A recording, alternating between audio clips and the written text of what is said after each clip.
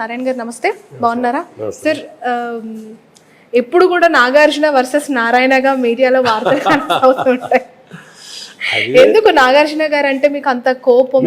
నాగార్జున పైనే కాదు, ముఖ్యమంత్రి రేవంత్ రెడ్డి అంటే అసలు నాగార్జున అనే వ్యక్తి ఎప్పుడు వార్తల్లో ఉండరు, నాగార్జున అనే వ్యక్తి ఎప్పుడు కూడా కాంట్రవర్సీస్ లో ఉండరు, నాగార్జున అనే వ్యక్తి ఎప్పుడు కనీసం దేని మీద స్పందించరు.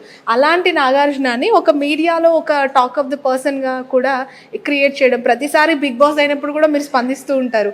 నిన్న ఎన్కన్వెన్షన్ కూలిపోయిన సందర్భంలో అక్కడికి వెళ్ళి కూడా మీరు ఆయన మీద మాట్లాడడం జరిగింది. ఎందుకు ఏమైనా పర్సనల్ గా గొడవలు ఉన్నాయా మీకు? నాగార్జున నాకు మధ్యలో పరిచయం కూడా లేదు. మామూలుగా ఆయన గుర్తుపడతాం, దాన్ని ఆయన గుర్తుపట్టేసి తప్ప స్నేహం కూడా లేదు. తర్వాత కళాకారుడిగా వాళ్ళ ఫాదర్ అక్కడ నాగేశ్వరరావు అంటే నాకు చాలా ఇష్టం, నాగార్జున అంటే చాలా ఇష్టం. ఆయన సినిమాని ఫస్ట్ నేనే చూస్తాను, ఈవెన్ టుడే అట్లా ఆదరిస్తాను. అంత మాత్రాన కళాభిమానిగా ఉండేటువంటి వ్యక్తి అభిమానించడం వేరు, ఆయన చేస్తున్న పనులు మంచిది కాదు కాబట్టి విమర్శిస్తాం. బిగ్ బాస్ అనేది చాలా స్కాండల్, ఇది సొసైటీకి నష్టం వస్తుంది, దానికి సందేశం ఏమి ఉండదు. అంత రెస్పెక్టెడ్ ఫ్యామిలీ తరఫున దాని ఎందుకు పాల్గొవాలని నా ఉద్దేశం. దాని మీద నేను విమర్శించే మాట వాస్తవమే. అంత మాత్రాన అది వ్యక్తిగత ఖర్చు కాదు, ఆయన చేస్తున్న పెర్ఫార్మెన్స్ మీద, ఆ సబ్జెక్టు పైన, దానిలో మోరల్ వాల్యూస్ పైన మంచిది కాదు అనిపిస్తుంది చెప్పారు తప్ప అతని నుంచి కాదు. ఒకటి ఇప్పుడు మొన్న ఎన్కన్వెన్షన్ కూడా ఎప్పటి నుంచో వివాదం ఉంది, అది చాలా కాస్టేస్ట్ ఎన్కన్వెన్షన్ అది. అందులో చెరువులు ఆక్రమించి కట్టారని చెప్పి అందరికీ తెలుసు. అయితే రేవంత్ రెడ్డి వచ్చిన తర్వాత దాన్ని మీద యాక్షన్ తీసుకున్నాడు. యాక్షన్ తీసుకుంటే ఏంటంటే నేను ఏలాంటి తప్పు చేయలేదు, నా దగ్గర కాగితాలు ఉన్నాయి, నేను ఎఫ్టీఎల్లో కానీ లేదంటే ఇవన్నీ నేను కట్టలేదు అంటున్నాడు. నేను అందుకే నేను చూశాను, చూస్తే చెరువుకు ఆనుకునే ఉన్నాయి, చెరువు ఇంకా ఎక్స్పాండ్ చేసి కట్టాడు.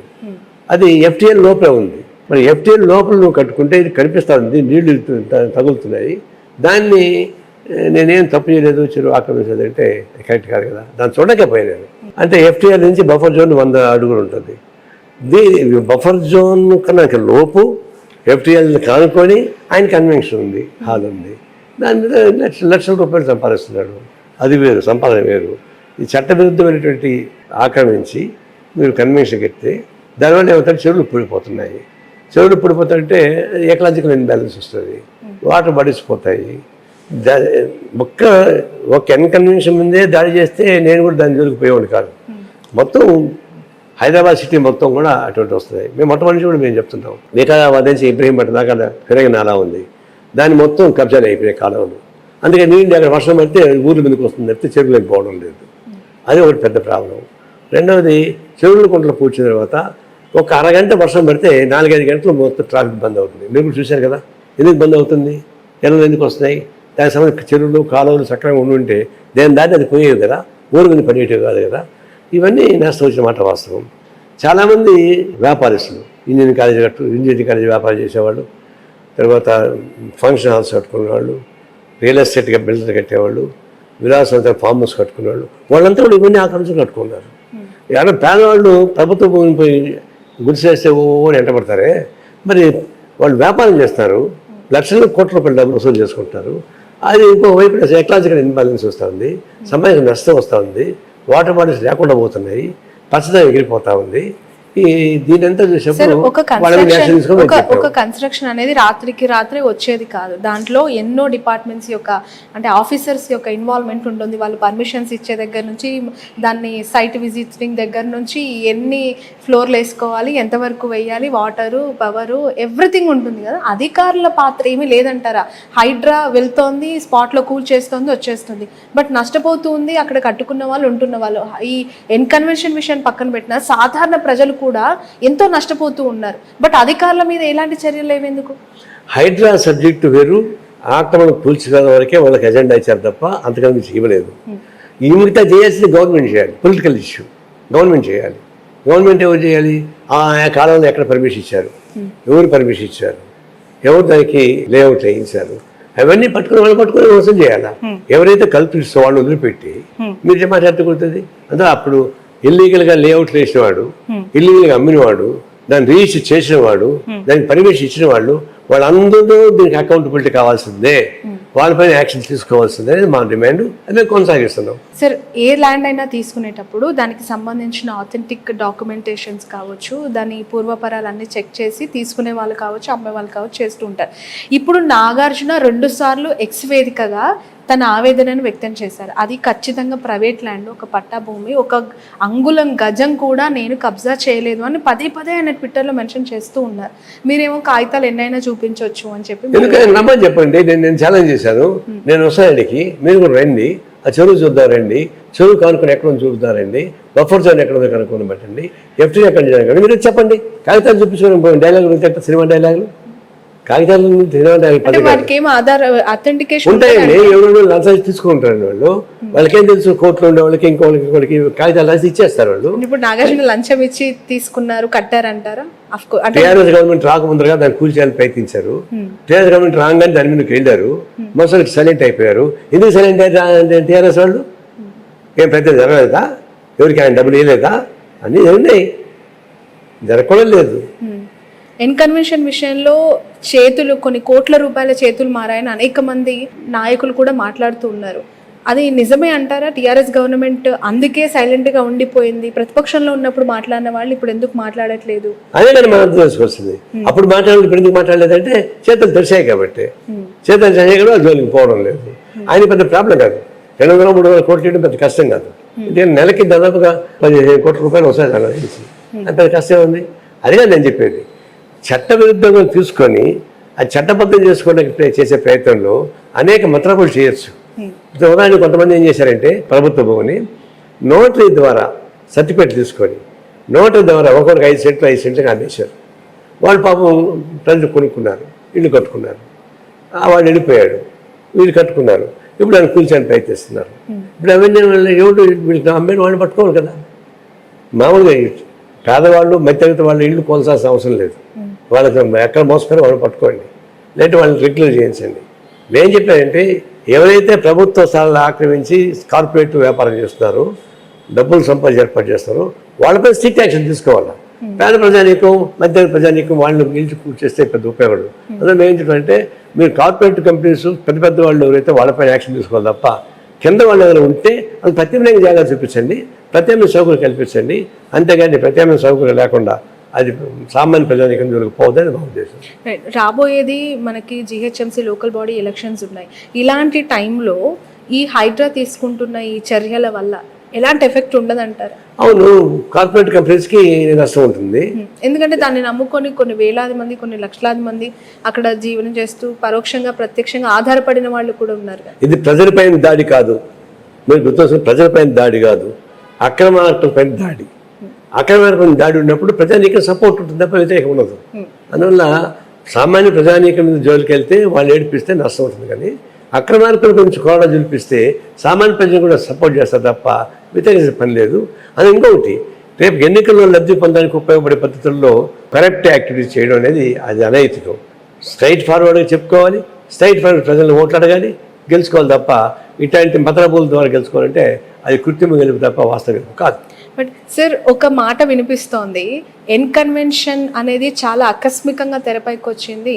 బుల్డోజర్లు వెళ్లాల్సిన జన్వాడ ఫామ్ హౌస్ల మీదకి రాత్రికి రాత్రి ఏం జరిగిందో ఎన్కన్వెన్షన్ సైడ్ డైవర్ట్ అయ్యాయి బుల్డోజర్లు. ఇప్పుడు నేను మిమ్మల్ని నన్ను ఏమనంటే నన్ను అంటే అన్నావు వాళ్ళని కూడా చూద్దాం అని చెప్పేసి నెట్టుకుని వ్యాపారం ఎక్కడ స్టార్ట్ చేశారు, జరుగుతాం దోశ పెట్టి అన్నీ జరుగుతాయి. ఎక్కడైనా పొరపాటున ఉద్దేశపూర్వకంగా స్వార్థపూరితంగా న్యాయమైనటువంటి చెరువుల్లో కూడా ఖాళీ చేయకుండా పోతే అప్పుడు రేవంత్ రెడ్డి పట్టుకుంటాం, ఏమేమి వదిలిపెట్టాం. ఆయన సక్రమైన పద్ధతి చూసాడు లేదో పరిశీలిస్తాం. వన్ ఫైన్ మనీ మొత్తం ఒక చోట వరకు సక్రమంగా చేశారు రేవంత్ రెడ్డి. ఇప్పుడు దాకా వాళ్ళకి వచ్చిన సార్లు దీన్ని పెట్టి కట్టారు. ఇప్పుడు ఒక్క ఫైన్ మార్నింగ్ మొత్తం కూల్చేయడానికి సాధ్యం కాదు, దానికంతా మెటీరియల్ ఎవ్రీథింగ్ ఉంటాయి. క్రమం స్టార్ట్ అయ్యింది.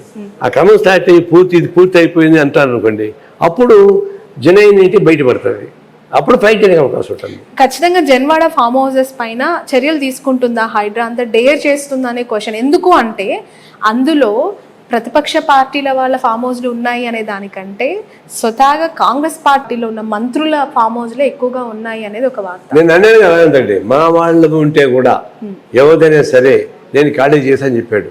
రేవంత్ అదే మాట పని నిలబడు, అట్లే కొనసాగించు, దానికి రాజీ పడబాకు, రాజీ పడితే మళ్ళీ మా జెండా ఇద్దరు వస్తాయని చెప్పాము.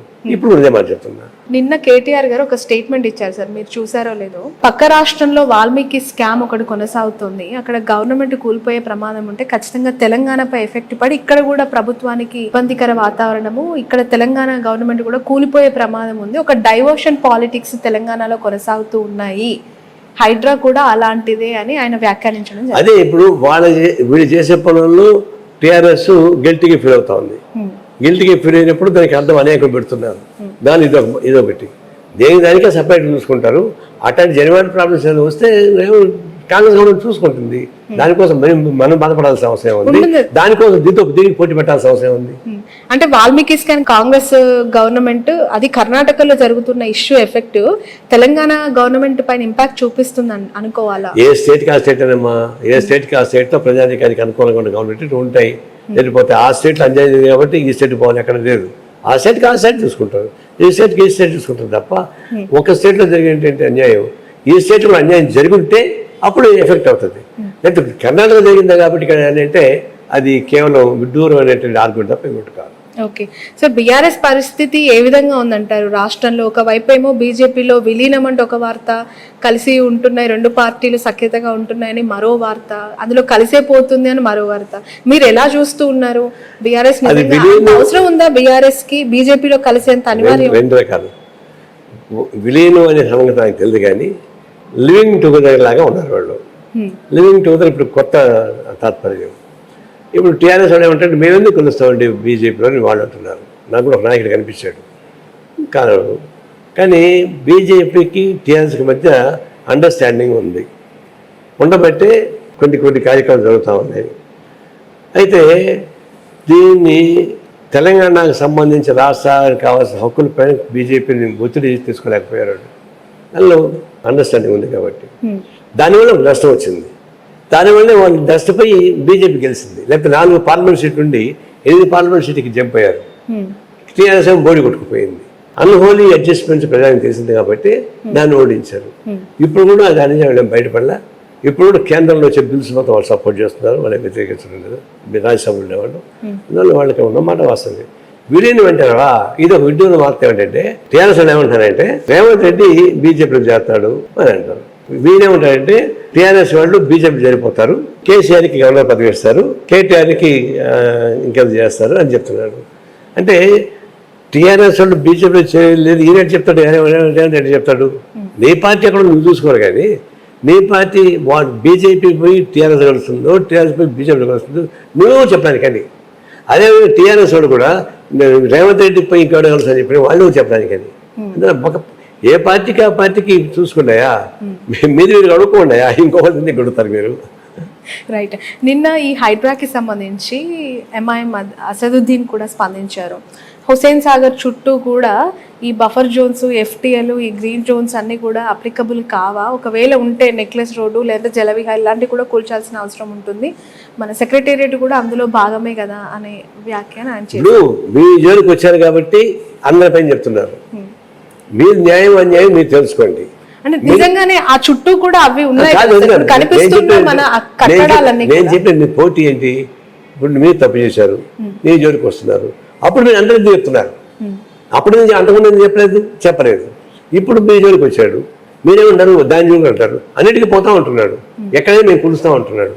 చూద్దాం రేపే వద్దాం, తర్వాత రేపు ముఖ్యమంత్రి మేము అంటున్నాం, మీరు అఖిలపక్షం వేయండి, ఈ క్లారిఫై చేయండి అని చెప్తున్నాం, చూద్దాం. సార్, మీరు ఎన్డీ కూటమిలో ఉన్న పార్టీ నేతగా నేను అడుగుతున్నాను, కాంగ్రెస్ చేస్తున్న పనులు ఎక్కడో స్లైట్లీ బ్రాడ్గా ఆలోచిస్తే మీకు అనిపిస్తూ ఉందా ఏదో కొంచెం ప్రతీకార చర్య, పని కట్టుకొని ఆ పార్టీకి ఇబ్బంది కలిగించిన నాయకులు లేదంటే ఆహ్వానిస్తే రాని నాయకుల వెంట పడుతూ ఉన్నట్టుగా? ఎందుకంటే ఇప్పుడు నాగార్జున అయిపోయింది, అఫ్ కోర్స్ ఒక టాలీవుడ్ సీనియర్ హీరో.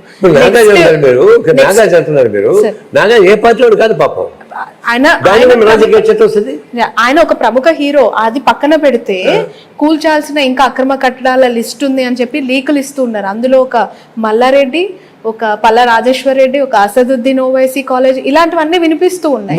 కట్టారు కదా, కట్టుకున్నారు కదా. కాంగ్రెస్ పార్టీకి సంబంధించిన ఎవరివి లేవా సార్? ఓన్లీ బీఆర్ఎస్ ఉన్నాయండి. నేను అది కూడా చెప్తానమ్మా, ఎవరిది ఉండినా మీరు ఖాళీ చేయించండి, ఎవరితో మీరు పక్షపాతం ఇచ్చినా కూడా జనం ఊరుకోరు, కమ్యూనిస్ట్ పార్టీ మేము ఊరుకోము అని చెప్తున్నాం. అయితే 1 5 మంది మొత్తం కట్టేమని కూల్చోమంటే కుదరదు, దానికి టైం ఉంటుంది. ఆ టైంలో మనం చేయకపోతే ఎక్కడ పక్షపాత వైఖరి ఉంటే జనానికి తెలుస్తుంది, మేము కూడా ఫైట్ చేస్తాం. ఎందుకంటే ఆల్రెడీ అకాడమిక్ ఇయర్ కొనసాగుతుంది సార్. ఆ కాలేజ్లను కూల్చేస్తే అక్కడ చదువుతున్న పిల్లలు, వాళ్ళ కుటుంబాలు, ఆ పేరెంట్స్, వాళ్ళ జీవితం మొత్తం కట్టేటప్పుడు వెళ్దామా, దొంగతనం కట్టేసుకుంటే మీరు వ్యాపారం చేసుకుంటూ ఉంటే అది కొనసాగాలనా? అది మీరు కట్టిన అక్రమం, అది మీరు ప్రత్యేకంగా చూసుకోవాలా? అంటే మీ జోలికి వస్తే జనం అంతా గుర్తొస్తారా? వాళ్ళ ఊరికి అని చెప్పారు, చదువు మేము జీతం ఎంత వసూలు చేస్తాం వాళ్ళ దగ్గర నుంచి, పిండి వసూలు చేస్తారు కదా, మరి ఫ్రీగా ఎడ్యుకేషన్ ఉంది అదేమన్నా. అందువల్ల మీరు ఏదో పెద్ద సర్వీస్ చేస్తారు కాదు, మీరు స్వార్థపూరితంగా కోట్ల రూపాయలు సంపాదించడానికి ఎడ్యుకేషన్ పెట్టుకుని వ్యాపారం చేసుకుంటున్నారు. ఇప్పుడు మీ జోలికి వస్తే మీరైతే న్యాయం చూస్తారు, జనం చూస్తారు, విద్యార్థులు చూస్తారు. ఆ విధంగా మీరు ఫ్రీ ఎడ్యుకేషన్ ఏం చూద్దాం, నేను కూడా మాట్లాడతా. కేఏ పాల్ లాంటి వ్యక్తి కూడా 100 నుంచి 500 కోట్లు ఒకరి దగ్గర నుంచి వసూలు చేయడానికి టార్గెట్ పెట్టుకొని వసూళ్లకు పాల్పడితే వాళ్ళు ఇవ్వని పక్షంలో వాళ్ళపైన హైడ్రా అనే ఒక బాంబు వేస్తుంది ప్రభుత్వము. ఇవన్నీ వస్తుంటాయి తల్లి, ఎందుకు సోషల్ మీడియా వచ్చింది. ఎందుకంటే ఆర్థికంగా అంత పుష్టిగా ఉన్న నాకు ఇప్పుడు అక్కినేని నాగార్జున మీరే అంటున్నారు చాలా బిగ్ షాట్ అని చెప్పి, మల్లారెడ్డి కూడా మనందరికీ తెలుసు, పల్లా రాజేశ్వర రెడ్డి గారి గురించి కూడా అందరికీ తెలుసు. కొంత ఆర్థికంగా బాగా బలంగా ఉన్న నాయకులే కదా. అందుకే చెప్తున్నా, మీకు ఆర్థికంగా బలం ఎక్కడి నుంచి వచ్చింది? దురాక్రమణ ద్వారా భూమిని ఆక్రమించి దానిలో వ్యాపారం చేసి దాని నుంచి కోట్లు సంపాదించి ఇప్పుడు కోట్లు పడగలెత్తి మేము పెద్ద గొప్ప వాళ్ళం, మమ్మల్ని మీకు ఎలర్జీ అంటున్నారు. అది ఎక్కడ అవుతుంది? అది దానికి సంబంధం లేదు. ఇప్పుడు నేను చెప్తుంటే ఒక ప్రక్రియ స్టార్ట్ అయింది. స్టార్ట్ అయిన వెంటనే అన్ని అది చేయండి, ఇది చేయండి, ఇది చేయండి అంటే అంత మ్యానుఫ్యాక్చర్ మంత్రం లేదు, అందరిపైన గప్పక మంత్రం తీసేయడానికి టైం పడుతుంది. ఆ ప్రాసెస్ స్టార్ట్ అవుతుంది. ఆ ప్రాసెస్ స్టార్ట్ అవనియండి, దాన్ని ఎక్కడ లోపాలు ఉంటే దాన్ని తప్పనిసరి చేద్దాం. మీరు అక్రమంగా ఆక్రమించి బిల్డింగ్ కట్టేసి కోట్ల రూపాయలు సంపాదిస్తుంటే మేము ఎందుకు వస్తున్నారు, మీరు మమ్మల్ని ఎలర్జీ, మీకు రాజకీయ కక్ష అంటున్నారు. రాజకీయ కక్ష అంటే మన నాగార్జున ఏ రాజకీయ పార్టీ లేదు కదా, ఆయన కక్ష ఏముంటుంది? రెండు కేవలం రాజకీయ అర్థం పెట్టుకొని మీ అవినీతిని దాచిపెట్టడానికి ప్రయత్నించబాకండి. Be frank. చూద్దాం, త్వరలో బిగ్ బాస్ కూడా స్టార్ట్ అవబోతోంది. ఐడియా ఉందా మీకు? ఐడియా లేదు. బిగ్ బాస్ అనేది ఒక హీన సంస్కృతికి ప్రతిబింబం, దాని జోలికి పోవాలని ఉద్దేశం. బట్ ఇప్పుడు 3-4 రోజుల్లో ఆ షో మళ్ళీ స్టార్ట్. నాగార్జున గారిని తప్పించాలి అని బాబు నాగార్జున కాబట్టి ఎవరు వచ్చినా కూడా మేము అదే మాట్లాడతాం.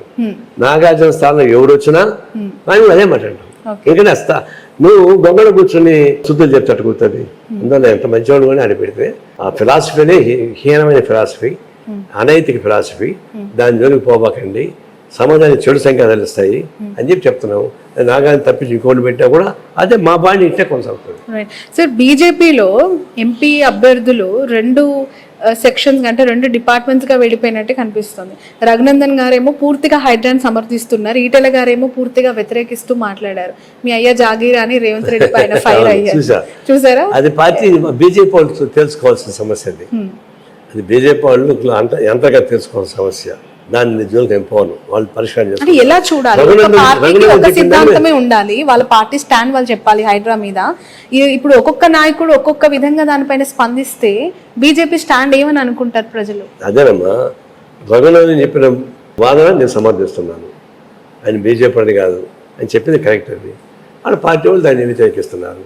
అది వాళ్ళ పార్టీ వాళ్ళు తెలుసుకోవాల్సిన సమస్య. అది మేము దాన్ని జోక్యం పుచ్చుకోలేము. రైట్ సార్, ఇక్కడ తెలంగాణలో పార్టీని పునర్నిర్మిస్తాము, తిరిగి ఘన కీర్తిని తీసుకొచ్చేందుకు ప్రయత్నిస్తామని చంద్రబాబు నాయుడు గారు దాదాపు నిన్న 2వ మీటింగ్ ఇక్కడ అధికారికంగా ఎన్టీఆర్ ట్రస్ట్ భవన్లో పెట్టడం జరిగింది. ఎలా చూస్తారు? టీడీపీకి పునర్వైభవం తెలంగాణలో అవకాశం, ఆస్కారం ఉందంటారు? అంటే టీడీపీకి ఇప్పుడు కూడా కేడర్ ఉన్నారు, ఓట్ బేస్ పోయింది. ఇప్పుడంటే ఆయన బేస్ మొత్తం ఆంధ్ర, తెలంగాణ కాదు. ఉమ్మడి రాష్ట్రంలో తెలంగాణలో బలమైన పార్టీ ఉండేది. ఇప్పుడు కేడర్ ఉన్నది తప్ప మ్యాచ్ పోయింది, ఓటింగ్ స్ట్రెంగ్త్ పోయింది. ఇప్పుడు ఆ కేడర్ ఒత్తిడి చేస్తున్నారు, మళ్ళీ పార్టీ పెట్టని చెప్పని. ఆయన రద్దు చేసుకుని పోయాడు, ఆయన రద్దు చేసుకుని పోయి మళ్ళీ ఆయన ఇప్పుడు పునరుద్ధరణ ప్రయత్నిస్తున్నాడు. ఇది చేసిన మాకు అర్థం కాదు. దానివల్ల పెద్ద ప్రయోజనం ఉంటుందని నేను అనుకోవడం లేదు. సరే, వాళ్ళు ప్రయత్నం చేసుకోవడం తప్పే ఉంది, ఎవరిబడి అట్ రైట్స్ చేసుకుంటున్నారు. కానీ అది పెద్దగా సక్సెస్ అవుతుంది అనే అభిప్రాయం నాకు లేదు. అంటే ఏపీలో అధికారంలో ఉండడం వల్ల ఇక్కడ కొంత ఫోకస్ పెడితే కొంత పుంజుకోవచ్చు అనే అదే సెట్ బ్యాక్. ఏపీలో అధికారం ఉంది కాబట్టి ఇక్కడ సెట్ బ్యాక్ వస్తుంది, ఎందుకంటే ప్రతి కంపారిజన్ వస్తుంది. అందువల్ల దీనిలో వాళ్ళకి భవిష్యత్తులో నష్టం తప్ప లాభం ఉండదు. అయితే వాళ్ళ పార్టీ వాళ్ళు స్థాపించుకుంటుంటే నేనే అబ్జెక్షన్ పెట్టాను కదా. పెట్టుకోవచ్చు.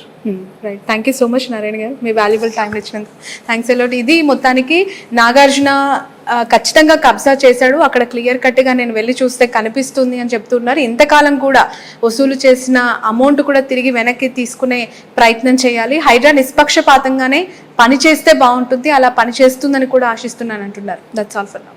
The tourism industry has been flourishing in the past few years.